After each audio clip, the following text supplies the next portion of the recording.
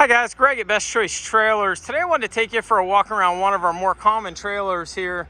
It's a 102 by 40 foot, 14,000 pound FS model Lamar Gooseneck Hotshot trailer.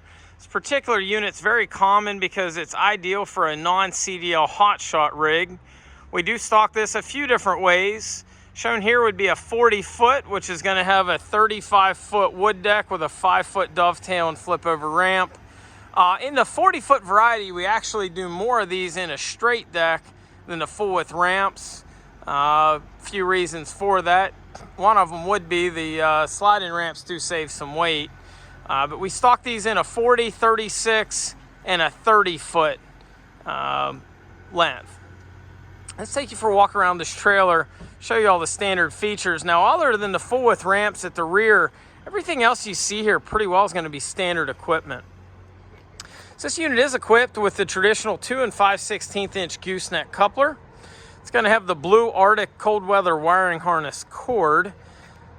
Now you will notice if you've never used a gooseneck, does have, not every manufacturer puts this sticker on. It says 90 foot-pound adjustment on them. You do want to make sure they're tight or you'll oblong the hole where your pin's at. This trailer does come equipped with a spare tire. This one here doesn't have it on yet. But it does have a spare tire standard. They did redesign the mount for these. Nice setup.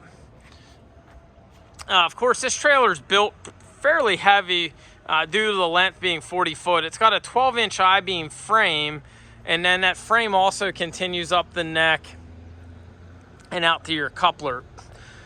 Got the Lamar decal, your safety reflector tape up on the neck. Made in the USA. It does have a 3-year structural warranty.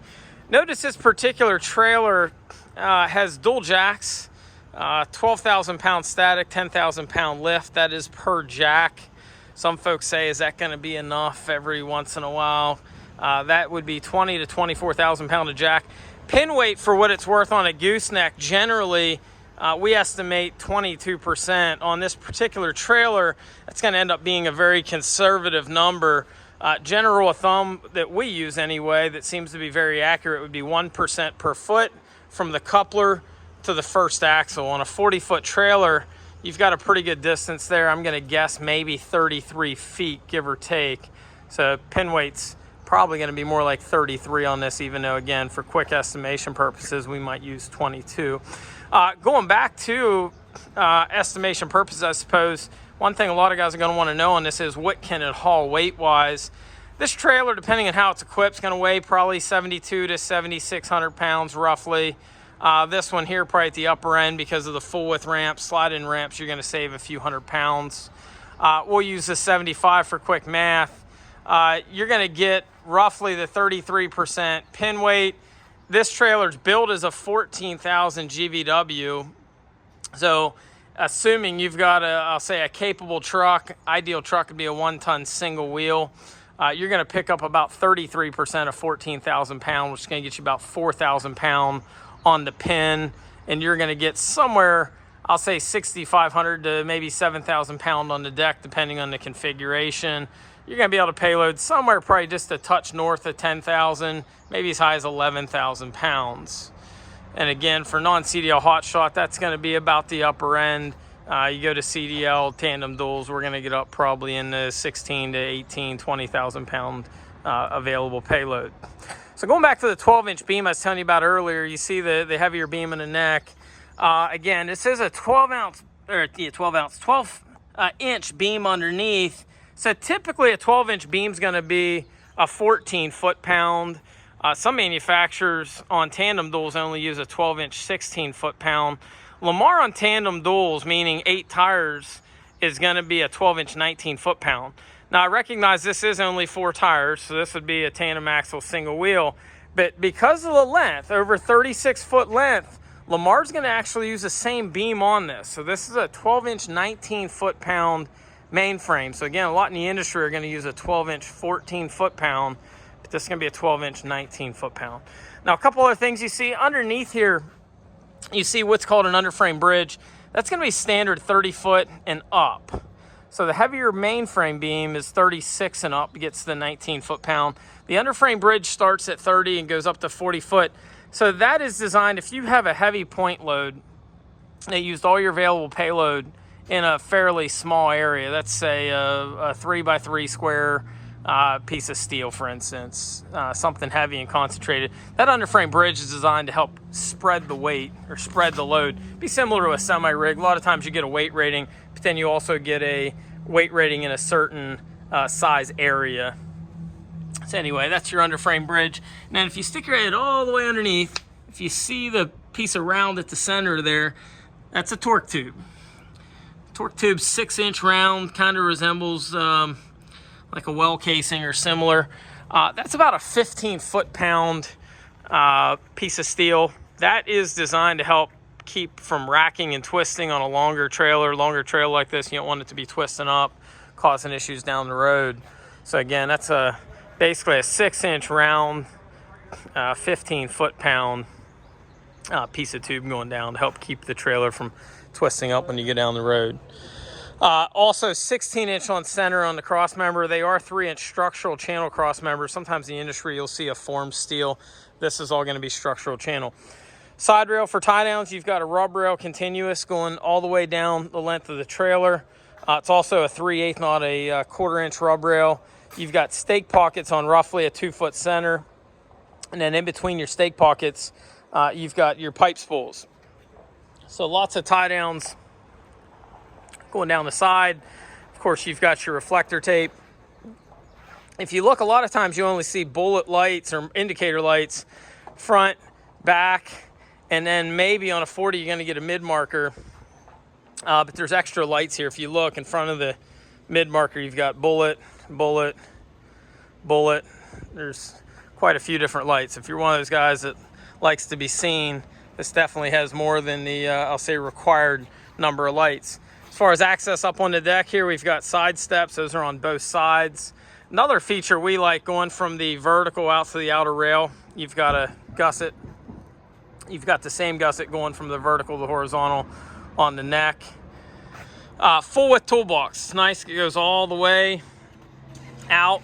Occasionally you'll see manufacturers that use the same frame setup, whether it's a tandem door or a single wheel. This is nice because on the single wheel, your frame's pushed out, which gives you more stability, also gives you more toolbox space. Sometimes manufacturers, again, will set it up to where your main beam's pushed in. You get a smaller toolbox up front because they'll use the same setup on them. Another nice detail, you'll see grease zerks on the hinges at the back. Keys to your lock. It is a locking toolbox. Keys are on the back side of the latch. Of course, your legally required safety chains and breakaway cable. Now, one thing, this is equipped to where we can slide a fifth wheel tube up in instead of the gooseneck. If you do a fifth wheel, you're not actually required to have your safety chains, but they're still there either way.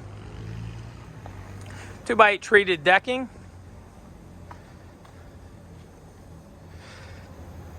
Again, this is equipped with a mid-marker light. It's got a gusset in front of the axle. This does have your slipper spring suspension, which is pretty customary on a 14,000 pound trailer. What's not always customary would be the wet bolt that's at the center. Makes serviceability nice, gives some extra lubrication to the slipper. Black mod wheels, standard equipment, gives it a nice look with the charcoal powder coat. It's a load range E 10-ply tire, 80 pound air. This uses a 9/16 stud. A lot in the industry only use a 1/2 inch.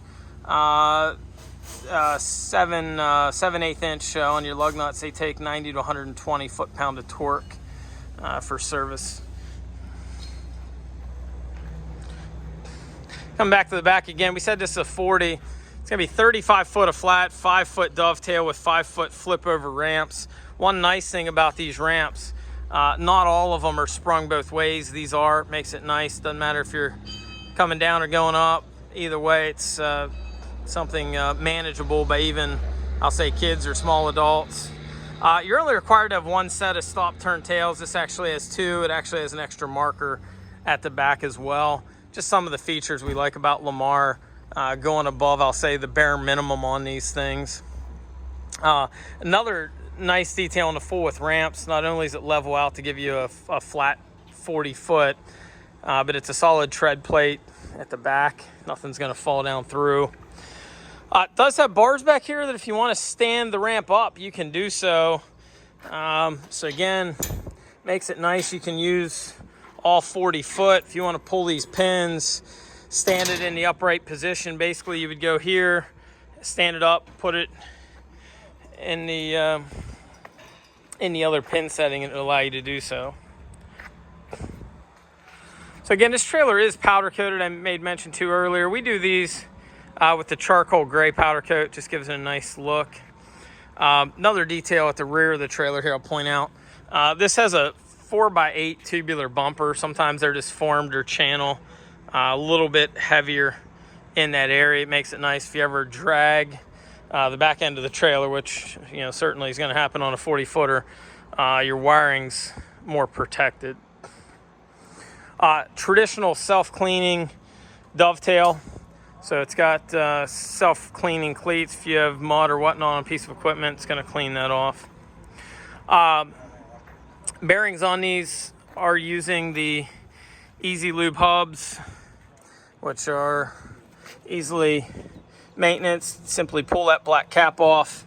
You've got a grease zert there. Generally, you want to stop whenever you see the fresh grease coming out. But simple maintenance you can do by yourself. Again, if you get them while they're new, generally the rubber plugs for the Easy Lube are manageable. You can pull them out without any tools. So a lot of brokers are going to want guys in Hotshot to have a 40 footer. We also like folks to take a look at a 30. Do a lot of 30s on these as well. It just seems like a nice size for non-CDL. But again, some brokers will require 40 footers to haul their load depending on what they've got. So again, we carry this into straight deck and to full width ramps, primarily 40, 36, 30 foot. We do carry these in 25s as well, though most Hotshotters don't use the 25s for this. This is shown with the 7K axles. We also carry these with the optional 8,000 pound axle, which gets you the larger brakes, heavier axle tube, bigger tires, etc. So keep that in mind if you want a trailer that'll hold up to, I'll say, a higher duty cycle, more miles, less frequent type service. We call that a 16,000 GVW. Some other brands may count tongue weight and call it more. But again, the two 8K axles we would have is a 16,000 GVW. If you have any questions on this, feel free to take a look at our website, bestchoicetrailers.com, or feel free to give us a ring at 717-220-4220. Thank you.